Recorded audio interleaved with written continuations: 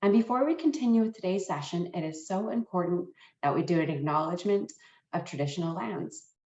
Royal Roads University acknowledges that the campus is located on the traditional lands of the Cossepsum, Esquimalt, and Lekwungen Songhees ancestors and families. It is with gratitude that we now learn and work here, where the past, present, and future of Indigenous and non-Indigenous students, faculty, and staff come together. Welcome. It looks like we have some more people joining us. Someone from Victoria, someone from Dawson Creek. I'll keep those comments coming. And now I'm so pleased to welcome up Dr. Wanda Krause, the program head of the Masters of Global Leadership program here at Royal Roads University. And she'll be introducing herself and introducing our guest speaker, Glenda. Welcome, Wanda. Well, thank you, Amara. Good afternoon, everyone, or good evening, wherever you're located. Yes, I'm Wanda Krause, program head of the Global Leadership program in the School of Leadership Studies at Royal Roads University. And I'm grateful to be joining you from the lands of the Cossepsum and Lekwungen speaking families. The weather is a little bit gray here, and whenever I acknowledge and welcome with looking at these lands, I'm always looking outside and connecting to these lands. So feel free at the same time, as Amara has suggested, to put in the chat where you're located, on which lands you are also joining us from. We're curious to know. And it gives me great pleasure to be welcoming our guest, Dr. Glenda Eoyang. Dr. Glenda is the Executive Director of Human Systems Dynamics and the founding director as well. And she works with several forms of organizations globally. These are public and private organizations to help them thrive in face of overwhelming complexity and, as you can guess, uncertainty. She's a pioneer in the field. We've had a few discussions as I've gotten to know Dr. Eoyang a little bit more, and quite brilliant as a pioneer in the field in which she's speaking about today and which she's been working on for a very long time. What Glenda does, and she can talk perhaps a little bit more, is use her models and methods. She's developed several that I think she'll touch on and focus on perhaps one to help others see patterns in chaos and for them to make sense of their conditions and situations and help guide them forward in those conditions and situations in powerful ways. So I'm very grateful to have Dr. Glenda join us today on these lands and speak to you about simple rules for complex times. So over to you, Dr. Glenda. Thank you very much, Dr. Krause. I'm really pleased to be here with you today and looking forward to sharing with you some of the basic tools that we use in human systems dynamics. Our work is about praxis, and praxis is that interesting intersection between theory and practice. So as global leaders, you stand at that intersection every day, and in your learning, you expand and increase the number of theoretical threads that come into your experience.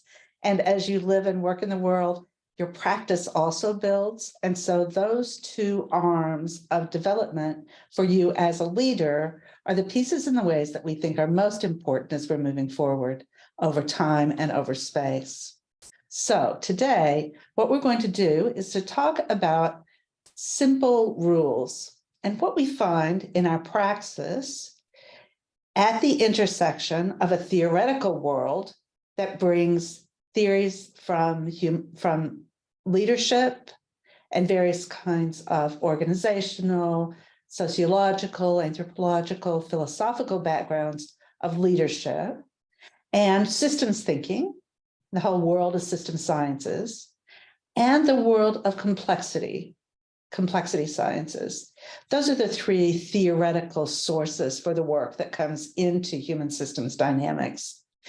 And when we stand at the moment of integrating all those threads into practice, That's the moment when we need some really practical tools to help us know not just what we need to know, but also how we can behave in a time and in a place. So we find that simple rules are a very practical way to bring theory into practice. Now, the example that we use about simple rules comes from flocks of birds. This was one of the very first complexity questions, was how is it that a flock of birds knows to flock? They're individuals. How do they come together to form something that's coherent? How can that even happen without some kind of sophisticated communication or some kind of specific leader? And what they realized was that if each element is following some simple rules, now this was in computer simulation models, we're not sure what the birds are thinking, but in computer simulation models, that if each of the birds followed 3 simple rules, then the system as a whole would be coherent. Those rules are fly toward the middle, match the speed of your neighbor, and don't bump into anybody. And if we were together and we're outside and the sun was shining, we would stand and follow those rules ourselves, and we would see ourselves flock in a coherent way based on individual decisions in a context, using simple rules.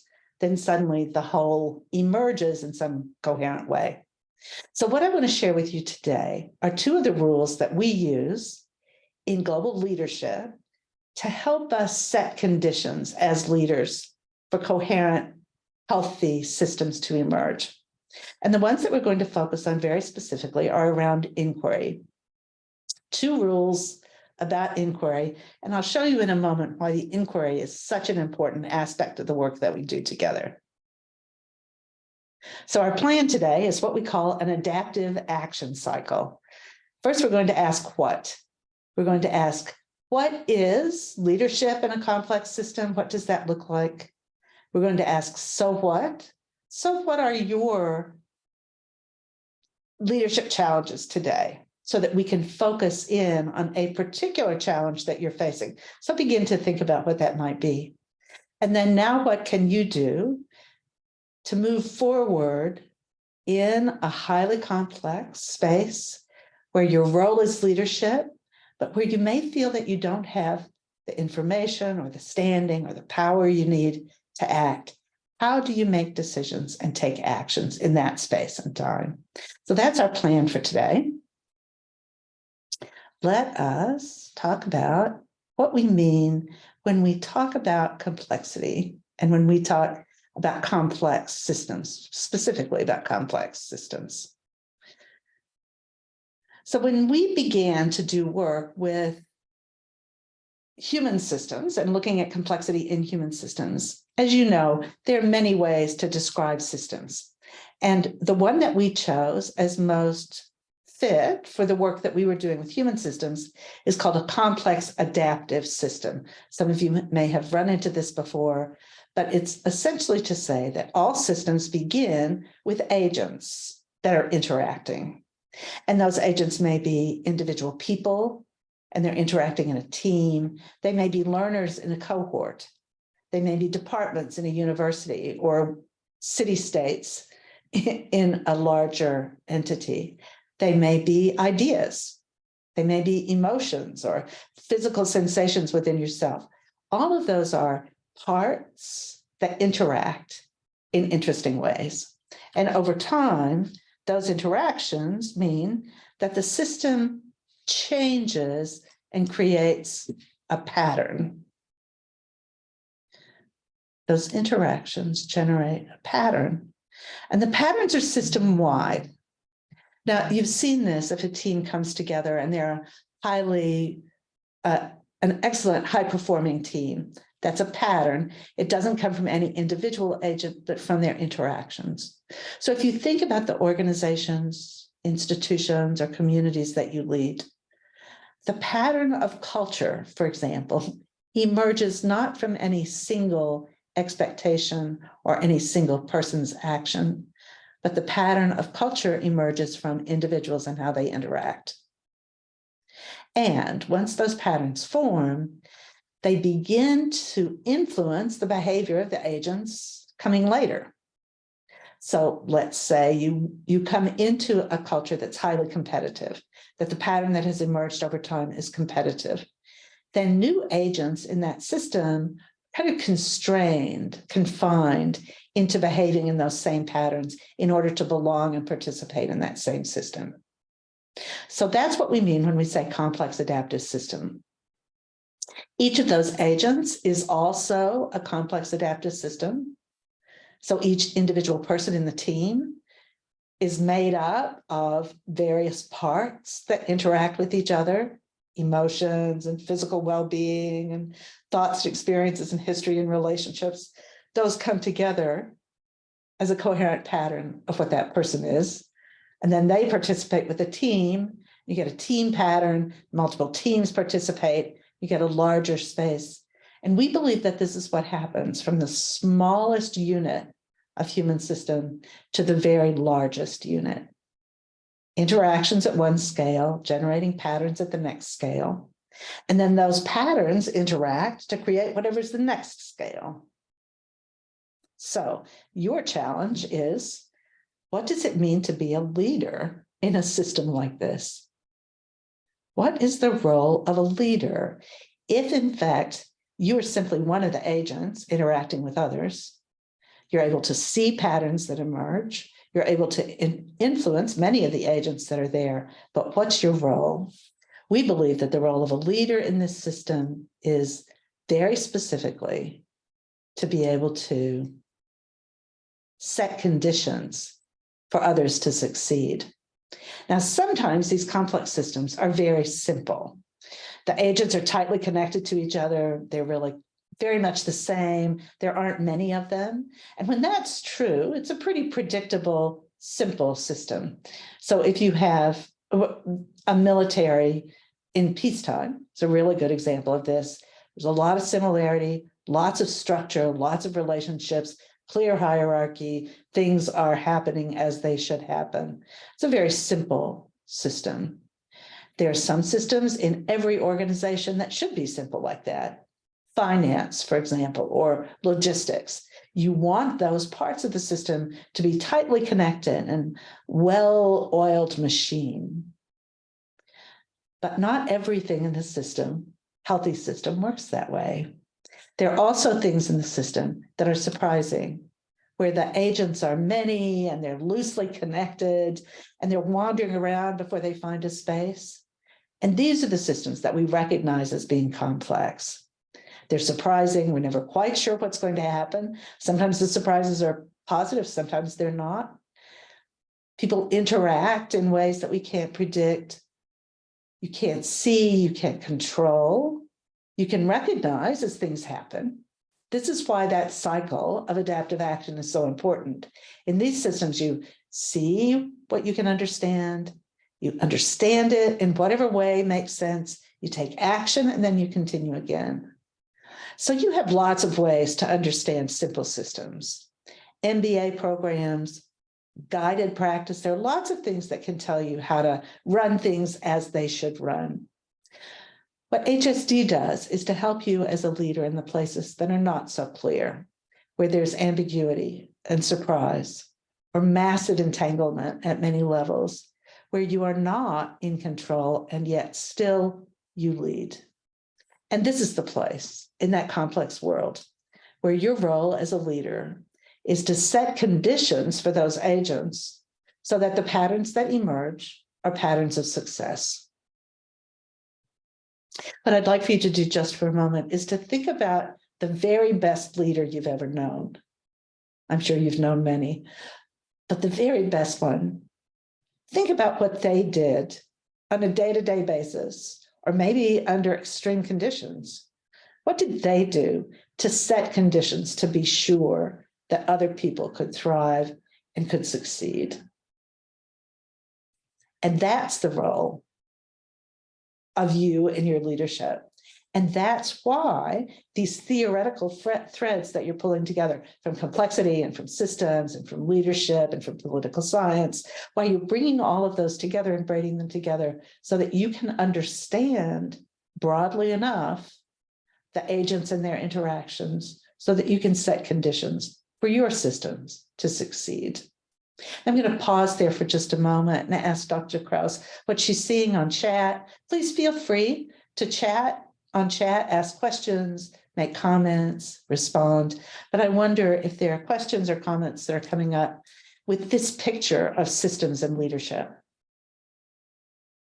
There are no questions at this moment, Dr. Glenda, but with that, I'd invite questions along the way so that when we have an opportunity, we can pause and answer those questions. So please feel free to put in the chat any questions you have. I'll keep an eye out for if there's anything emerging within the next 10 or so seconds. Otherwise, we can continue and find another space to answer questions. Thank you. That's great. Well, and in human systems dynamics, it isn't rude to chat while I'm talking. We find that when people are able to jot ideas that they have or examples that they see or questions that they have, that it really helps build the learning experience. So don't feel like it's rude to chat while I'm talking. You can catch up. So do feel free to enter questions whenever you want them, and we'll address them as we have time and space. So let's move then to looking at what can we do? What does it mean? What is your leadership challenge that you want to focus on today? Now, we talked about all those threads of theory that are coming together into human systems dynamics, but they only make sense in the context of action. If you don't get to the now what, you really haven't gotten anywhere. So when there's a now what, that's grounded in a particular challenge. So we're going to ask you to focus on a challenge, a real one that you have today. It may be small, personal, or it may be large. I'm going to ask you in a moment to write down a challenge that you have. It's a very particular kind of challenge that we enjoy working with in complex systems and when we're doing human systems dynamics, and they're called wicked issues. So you may already be familiar with the literature of wicked issues. Began in the 1970s as people who were urban planners started to think and talk about really massively entangled challenges where the boundaries are open, don't know what's coming in or going out. There are lots of variables, there are lots of players, lots of perspectives. The change is fast. There's simply no way to solve such a problem. And they labeled them as wicked. So some of the examples they gave were things like social justice or poverty. And in the 1970s, they said there weren't many of them, but we realize now that the major issues that we face, particularly at a global level, are in fact wicked issues. They have no solution. They have no stopping function. There's no root cause. They are messy. You cannot solve them, but you can shift them. So if you see it as a problem to solve, you're sunk to begin with. You will not find a solution.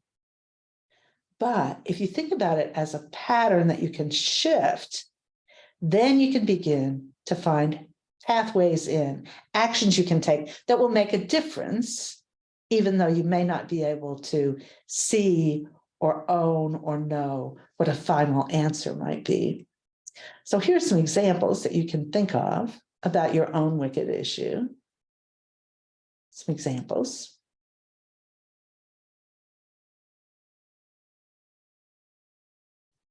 What I'd like for you to do, if you could please, I'll go back to the examples if I can. I can't. Let me see. Oh, that doesn't. Yeah, there we go. So there are the examples. So what I'm going to ask you to do is to think about one wicked issue you'd like to think about and to write 3 sentences about it. Now, it may be personal, it may be professional, it may be small, medium, or large. It should be something, though, that you have a vested interest in addressing. So think of one wicked issue, and I'm just going to give you about a minute. Take a piece of paper, just write down 3 sentences. I'll tell you in a minute why the 3 sentences are important.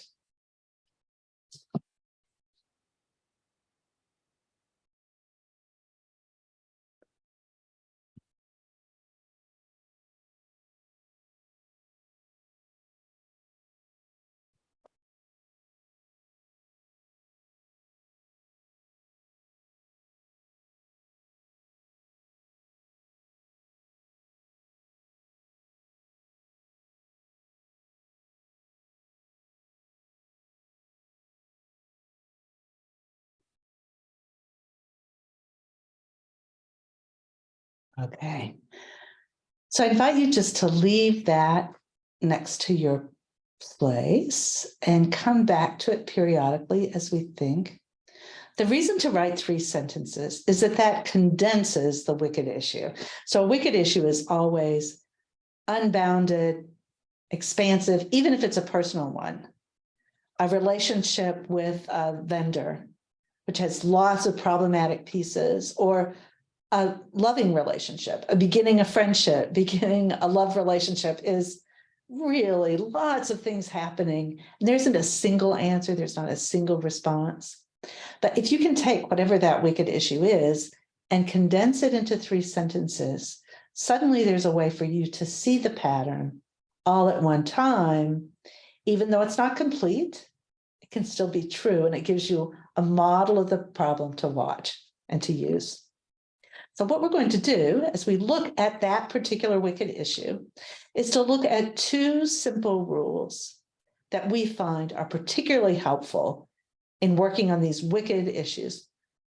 You cannot solve them, but you can move forward with them. I wonder if there are any questions about wicked issues before we look at the 2 rules for responding to them. Dr. Krause, is wicked issue a concept that you've brought into the work with the group before? Yes, absolutely. Okay, great. Familiar with those. So let's just dive right in to the first rule. So the first rule is to stand in inquiry. Now, this is important because when you look at a complex system where things are changing all the time, no matter what answer you might have today, that answer may be shifted tomorrow, or it may be true here, but not true someplace else. And so as a leader in a complex system, it is incredibly important that you constantly stay in inquiry. Now, you also have to act, you also have to move forward, but you have to hold your answers lightly so that when you are able to see something new, you aren't stuck in an answer that belonged to a different time and place. Now, when we say inquiry, it's easy to say, but more difficult to do. And so we have 4 simple rules that help you stand in inquiry. So the first one is turn judgment into curiosity. So I don't know what physical sense you get when you're in judgment, but I get a knot in my belly when I am offended or I believe that something is not right. I'm standing in judgment. And if I can somehow turn that into a constructive question, then I can engage and continue to move. As long as I'm just in absolute judgment, I'm stuck. But if I can find a way to ask a question, respectful, open, authentic question, then there's a possibility for moving myself and the system forward. So as you think about your wicked issue, is there any judgment in it? And is there some way you might turn that judgment into curiosity? What would that look like? The second rule is to turn conflict or disagreement into shared exploration. And the way that works is this. So if you're in conflict with someone or you have a disagreement, often the energy in the system roils around that particular connection. And it almost becomes an energy sink where other parts of the system are drawn into that conflict. If there's some way that you can join that other person in shared exploration, then that energy, which was locked, becomes open and possible to move forward. Now, that doesn't mean you've necessarily resolved the thing that you were against. It doesn't mean that you particularly like them or would choose to spend the rest of your life with them, but you can at least move forward. One particular case, I was working with a Native American group on a reservation in northern Minnesota, and they were worried about and looking at the future of youth. And there were people from the system, police, judges, teachers, and there were people from the community, parents, elders, friends, and peers. And those 2 groups were standing in such conflict about what to do and how to do it, where to move forward.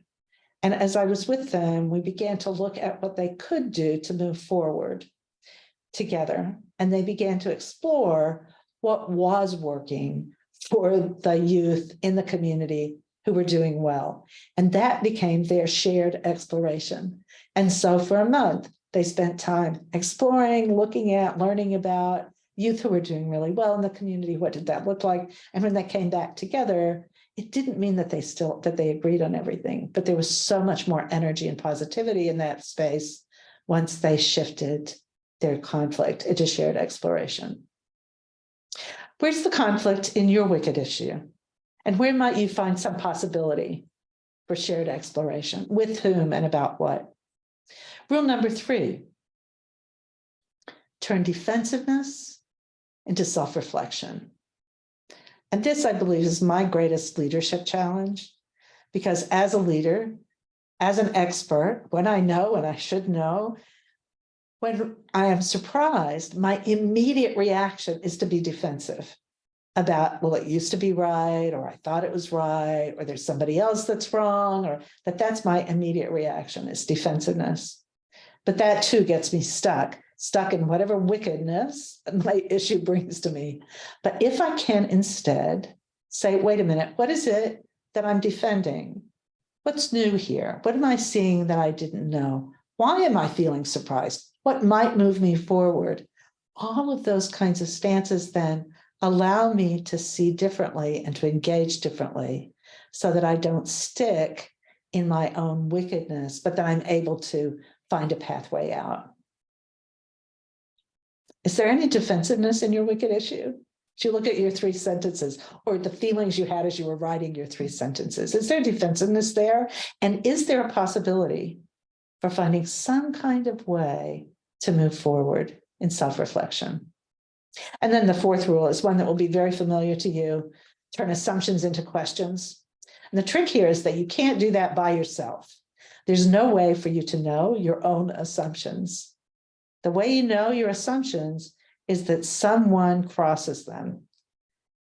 Someone presents something that challenges the way you see, that is different, is crosswise, that lets you know, red flag, that you're holding some assumption. And how can you turn that into a question? So these 4 rules that allow you to take judgment and conflict, defensiveness and assumptions as a current state, to say, so what is possible? So what might you do as a one thing to move forward? And how can you show up in some possibility of curiosity or shared exploration, self-reflection, or questions?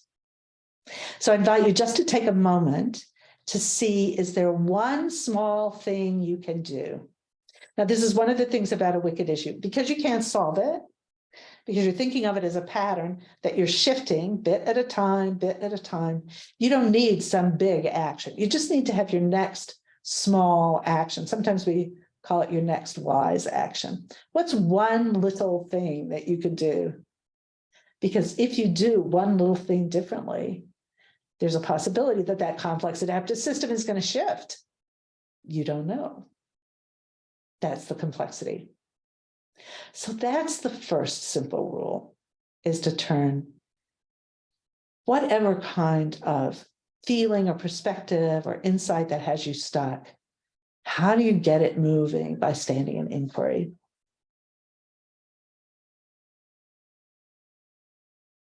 The second rule that we want to look at is to ask powerful questions.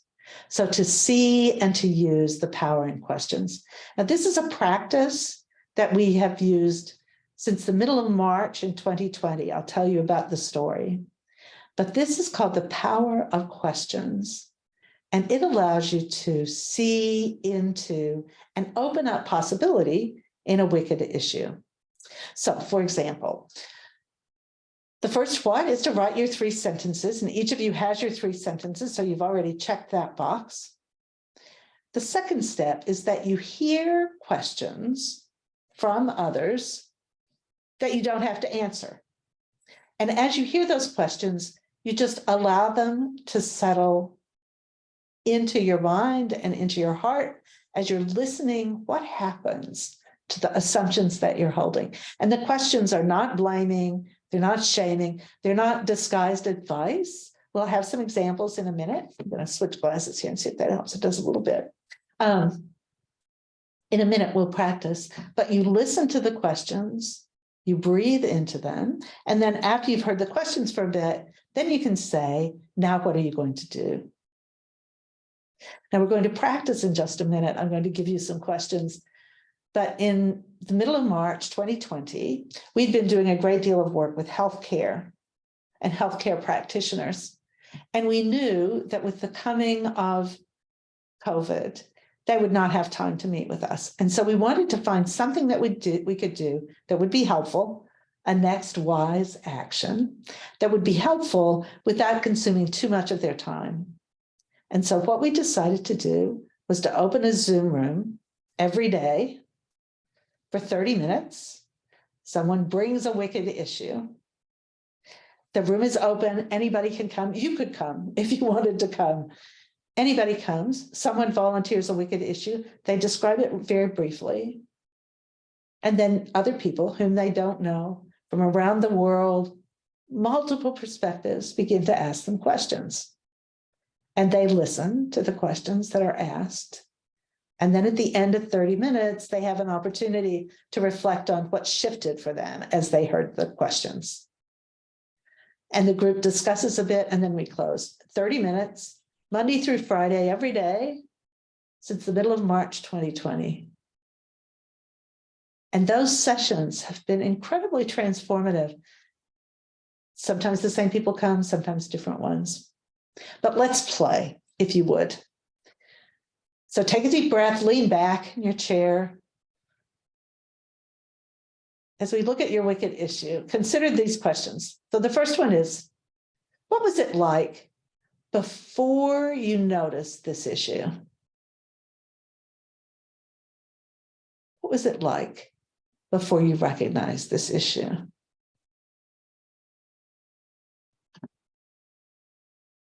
If you imagine someone who stands at the exact opposite of this issue, what would you like to ask them?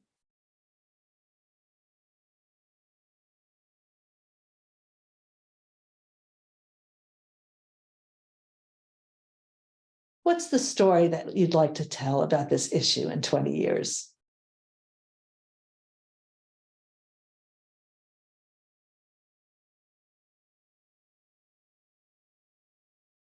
As you think about this, what is the best thing that could happen, or what is the worst thing that could happen?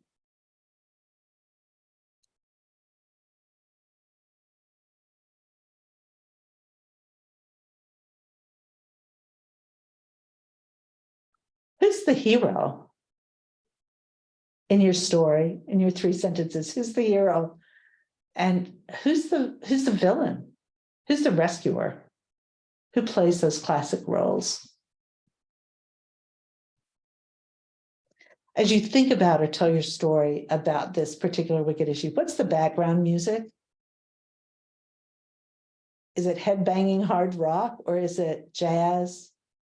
Maybe it's a Bach chorale. What's the music in the background as you think about this issue? What children's story or cultural myth or fable gives you insight about the pattern of this wicked issue? Is it Sleeping Beauty, or what might it be? And who do you know in your life who's been really great at resolving issues like this? And what might you learn from them? What is this issue not? You know what it is on these 3 lines, but what is it not?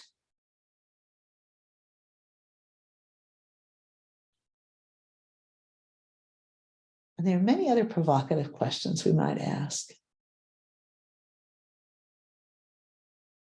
Are there questions that you think might be useful to ask in this way, that you might want to ask your colleagues? If you have questions, put them in chat.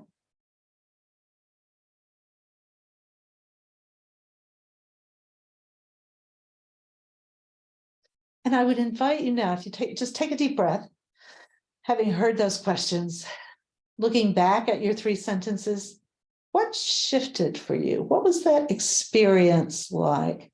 Is there one word you can use to describe the experience you had as you were hearing those questions come forward?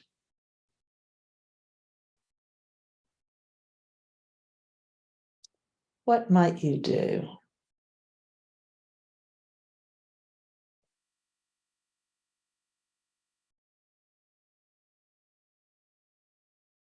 Dr. Eoyang, I'll just read out a couple things in the chat. So anxiety has been listed, challenging the question, what is my role in this complex issue?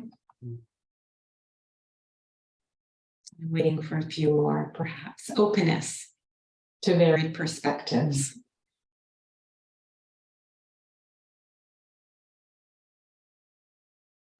I'm curious about the anxiety. I often feel that too. Part of the reason that I feel anxiety when I'm listening to the questions is that I've kind of fallen in love with my story of my wicked issue. I'm pretty sure I know where it came from and what caused it. And when I start hearing questions, I'm like, oh, maybe not. Maybe there's some other place or time. One of the most fun times I did this was in Delhi with a group of people who were leaders of NGOs. So they were executive directors, CEOs of NGOs in Delhi, just wonderful, wonderful people. And there was a young woman who had come in late in the morning in a hurry, and she came and she sat down, this young woman, very, very busy. And the first thing we did was a power of questions this way. And she said, when we were done, she looked up and she said, okay, I can go home now. My problem's solved.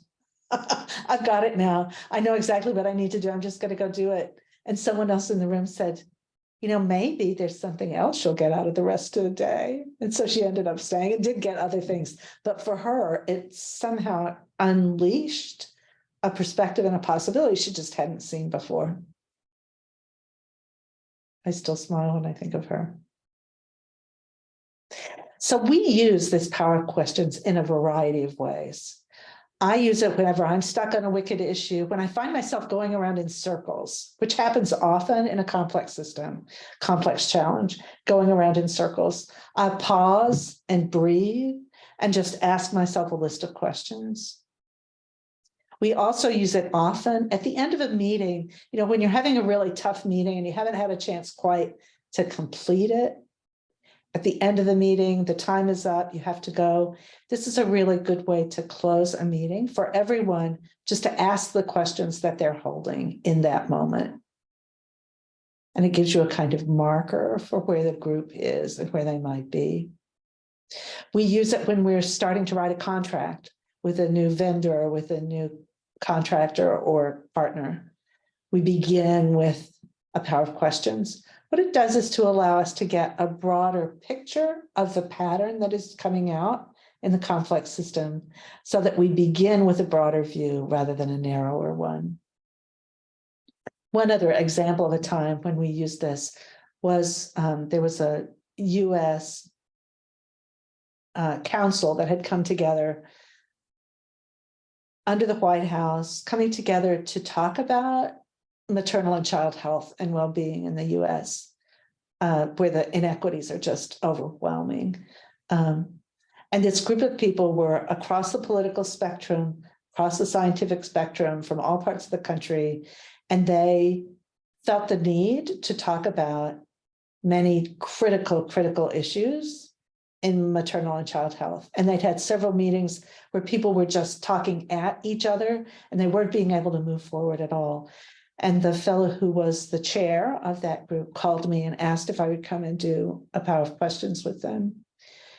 And it was quite moving, because the people who asked the questions, and it wasn't me asking them questions, each of them asked questions of the group. And their questions did two things. One was they came from their deep own personal commitment and belief system. And they also engaged with the deep belief systems of others. And as the questions began to roll out, I realized that people were weeping. And it was just such a moving moment. And when we debriefed, people said that they were ready now to work together in a way that they hadn't been able to before. There's something fascinating. Think of the complex adaptive system. The agents sitting in that room were interacting in a way they never had before, asking open-ended generative questions. And as they did that, the pattern of their humanity emerged in a way that constrained and informed how they could then participate in that circle of space. And it was a moment of transformation in the work that they did. Dr. Eoyang, I just wanted to bring in a few more voices from the chat. Right. And so in answer to your question was also relief, nothing to stress about.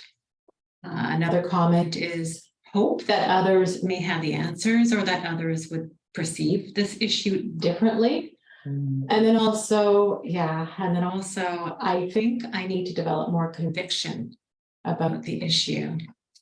So these are a couple more voices that I just brought in, but I'll use this opportunity to ask a clarifying question, which is, who stands on the opposite side from you? What exactly does that mean? Oh, so this one in particular we used in the UK. It happened that the week of the Brexit vote, I was teaching a class in the UK, and about half the people were worked in the federal government, in the national government, and the other half had come from out rural areas across the UK. And so we had half the people who were really in support of Brexit and half the people who were going to have to implement it if it came. It had been just roiling all week. Thursday night, there was the vote. We came in Friday. It was the last day of teaching. Of course, people on all sides of the issue were distressed and distracted. And so we sat in a circle. And this was one of the questions that I asked that day. We did power of questions. Everybody was asking questions. But as I began, this was the first question I asked. Who is someone that you know who sits on the opposite side of this issue from you? And what would you want to ask them? Because in almost every wicked issue, there are multiple perspectives that are in conflict with each other. They're coming from different places. They end up with different places. And the more you can acknowledge and engage with that opposing voice, the more you're able to see broadly and with more depth what your own issue is. So that's why that question.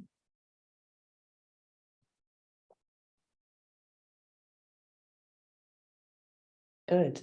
Thank you. Thank you very much. You're welcome. Well, and we are checking time. So we are needing to move on if we might. Are we ready to do that?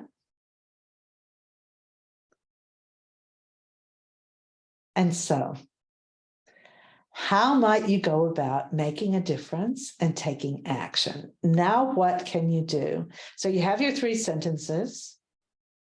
You've seen 2 ways to unbraid what that is, to get unstuck. So what? So what are the judgments? What are the conflicts? What's the defensiveness? What are the assumptions, and how might you move them? You've also been able to use questions and inquiry and power questions to say, so what are some perspectives that I've not seen? So what are some multiple ways to think about this? And it's in that context, as a leader, that you can say, now what? And it allows you, even if moving forward is just a tiny step, you never know in the complexity of a complex system how any one step is going to move forward. I'm sure you've heard about butterfly effects and tipping points, that the complex systems are sometimes poised, prepared, ready to shift in a moment. And it may be that some small action that you take, having considered the so what, will allow you to move into a next step of possibility. Now, what is one thing that you'll be able to do to shift your own wicked issue? And the exciting part is that once you do that, you begin the process again, because the pattern will shift and you say, what's the pattern now? So what now what? One of the things that I'd like to point out here is that we in human systems dynamics have sets of tools that we use for what, tools that we use for so what, tools that we use for now what. We think they're quite good. And you have a whole arsenal of tools, a whole handbag, toolbox of tools, ones that you've learned in your professional career and life, things that you've learned culturally and experientially, things that you've learned in your program while you've been here at Royal Roads. Many, many tools and practices. All of those can support your adaptive action. So you can think about each of the ideas that you've garnered, each of the approaches you've taken, each of the ways you've imagined to map systems or to understand issues, to frame questions. And the adaptive action process welcomes all of those. What you're looking for is what's fit for function. What is going to be most useful in a time and in a place? And so as a leader in your own adaptive action, what is the current situation in a way that you can see it and understand it? So what are your options for setting conditions for everyone to succeed? And now what can you do where you stand as a leader to move that system forward? So if you'd like to know more about human systems dynamics, there are lots of resources online. Our intellectual property policy is totally open. Anything you learn from us, you're welcome to use, share with others.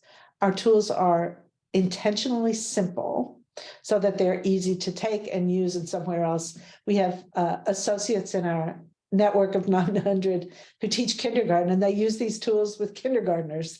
And we also have people who are national actors and international global activists who use them in those spaces. So if you would like to know more, you're welcome. You're even welcome to join us for the power question session.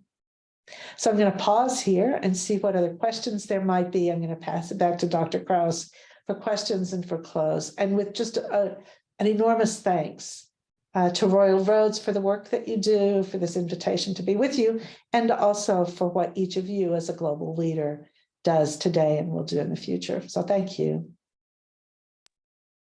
Well, thank you so much, Dr. Eoyang. We really are grateful to have your presence here on these lands. And I know that our class, so we also have our class joining this webinar online, and they'll have an opportunity to connect with you some more.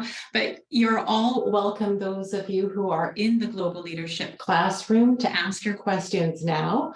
And also perhaps I will maybe give time first for those who are online with us and would like to ask any questions. So please put your questions in the chat. And in the meantime, Dr. Glenda, what I will read are a number of thank yous. This was wonderful. Thanks. Thank you. This has been excellent. Thank you for a very thoughtful and insightful session. And then we have a question from Glenda Tarnowski. What advice or strategy can one apply as a mid-level leader when working in a system that is entrenched and does not welcome curiosity as an operational value? People afraid of speaking up for fear of being viewed as a dissenter. What a wonderful question. And we do know through Oshri and others how difficult that mid-level management role is. And two things I'll say about that. One is, and Oshri suggests this, is asking the question "and of whom" is very important. So to be aware that the question that you're asking is not a blaming question or shaming question, but an open question. So how can you find the question that is not predetermined in a solution and an answer? So framing that question in a way that it's opening and not closing. And the second is, who do you ask? So there are things that you can connect with your fellow middle managers about. So that connection from one middle manager to another middle manager is often ignored because you feel like you have all the time you need to spend managing up and managing down. But the real saving grace for middle management is to be able to build networks of connection across. And those are the places where you can build this capacity to see the system in new and different ways. You feel then less trapped, less caught.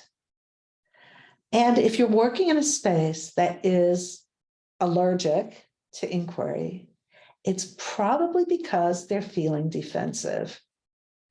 And that defensiveness, if you can feel empathy for where they're standing and to think about what's the pattern of the place where they're standing, what is a question we can ask? Not why can't I ask the question I want to ask, but what is a question that I could ask in this moment that might open a possibility? You can also invite questions of yourself, because the way you receive a question will over time be reflected in the way that others receive your questions. And so modeling questioning as a receiver as well as a generator is very important. But I find that my questions too often carry judgment in them, and people can see that. And so they react not to the question, but the judgment that's there. And so the possibility of trying to wash the judgment out of a question first. I also have just used the power of questions. If everybody can ask questions and you just open the space and everybody hears questions, they aren't directed at anyone. And so people build a greater capacity for asking questions. So those are just some ideas. Definitely, it's a challenge and it's a wicked issue. There's not one single solution, but for you to stay in adaptive action, wondering, what's the situation now? So what is possible for my ability to ask a question in this moment? Now, what will I ask? Oh, what did I learn from that? What, so what? And so to stay in that learning action cycle, and having peers and friends to help you with it. Thank you for that question, Glenda. I don't often run into people with the name Glenda. It's nice to meet you. And that was a great question, because I think that goes to the heart of many issues. There was just one more question that's in the chat and that we can take. And that was, what resources can I look into in order to dive deeper? And I know that you have the link to the HSD Institute, which I'll invite everyone who's interested in looking into more resources to click on. Is there anything else you'd like to add to that? Two things. One is there's a book called Adaptive Action, Leveraging Uncertainty in Your Organization. It was a 2013 book published by Stanford University Press that really is a kind of compendium of our work. So that's one resource. The second is, if you go to the website, there's a resources tab. And in that resources tab, you can keyword search.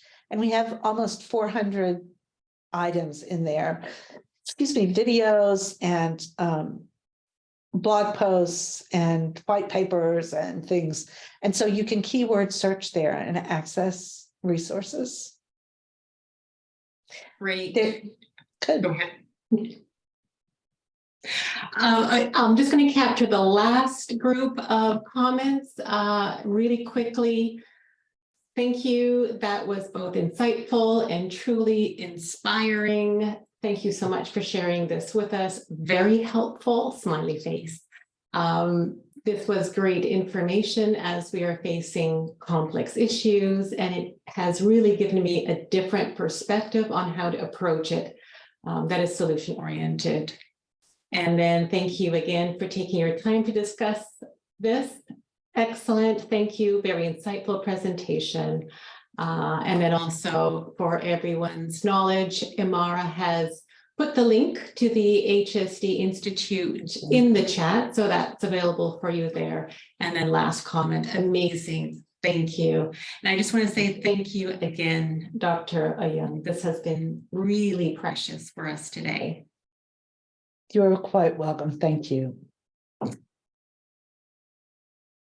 And I'll just move to the next slide. Thank you, Imara, where I will just mention beyond the HSD Institute that Dr. Eoyang has brought our attention to is also the programs at Royal Roads University. So the MA being key to the program, the Masters in Global Leadership. For those who are interested in learning a little bit more, we will also have a website that Imara will share with us. And just very quickly, because thank you, Imara, that's super fast. Very quickly, the two forms of MAs that we have are on campus. So for those who are interested in coming to our beautiful Royal Roads University, we have an on-campus program, and we also have the blended program, so that those of you who cannot come or would like to study from where you are located anywhere around the world, you can connect to our programs and take our programs globally. So really anywhere from home for whatever reason. But we do have two times when you would come to campus, and that's for our residencies, both in year 1 and then year 2. So that's our 2-year program. We also have a condensed intensive master's program that's typically not for students who are working, and that can be done in 13 months. So just putting that out there as well. We have the diploma, so Global Leadership Diploma, which is about 10 months in duration, and our Global Leadership Certificate Program, which is just 5 months if you're just wanting to see what the program is like and perhaps then continue on if you wish. And here are the deadlines posted as well. Thank you. I will hand it over to Imara then. Thank you so much, Wanda, and thank you, Glenda. That's been incredible. I've been taking notes throughout the whole session and planning on applying this to some wicked problems that I've been looking at. So I wanted to jump in and just mention a bit more about Royal Roads University. So something that's unique about us is we have something called flexible admissions, because we understand that every single person in the room has different background, different careers, different goals in life, and we don't look at just a standard admission to come into our programs. And I want to mention this because we have many people that come into our programs that come in with their experience alone and don't necessarily have an undergraduate degree. So I always think that's important to highlight if that applies to anybody. So as you can see on the screen here, we have our standard and flexible admissions. We have all this information on the website, so I won't go through it point by point, but I just wanted to raise that in case that applies to you. We really do look at the applicant as an individual and what makes you you. And we also have some resources available too if you're at the beginning of the journey where you're wondering, do I want to go back to school? Can I go back to school? We have our financial aid and award resources that you can look into and even set up an appointment with a financial aid and award specialist. And we have enrollment services to help you determine if which program is the right program for you, if it's the Masters of Global Leadership, or if it's an MBA, or if you're wanting to start with a graduate certificate in global leadership. So we can really talk to you about all of that. So don't hesitate to reach out. We're a smaller institution, so we really can take that time to talk to you and have an appointment. So the best way to get in touch as a starting point is the learn.more@royalroads.ca. And I also just want to thank everyone who has taken the time to be here today. I know we have classrooms tuning in. We have people from all over Canada and the world. And thank you, Glenda, and thank you, Wanda, for organizing this session. It's with gratitude that I really thank you both. And if anybody has any questions whatsoever, feel welcome to reply to the email that I send later. And I can always connect you with the right person. And the recording will be in that email. Thank you all, and hope you have a great rest of your day today. Thank you.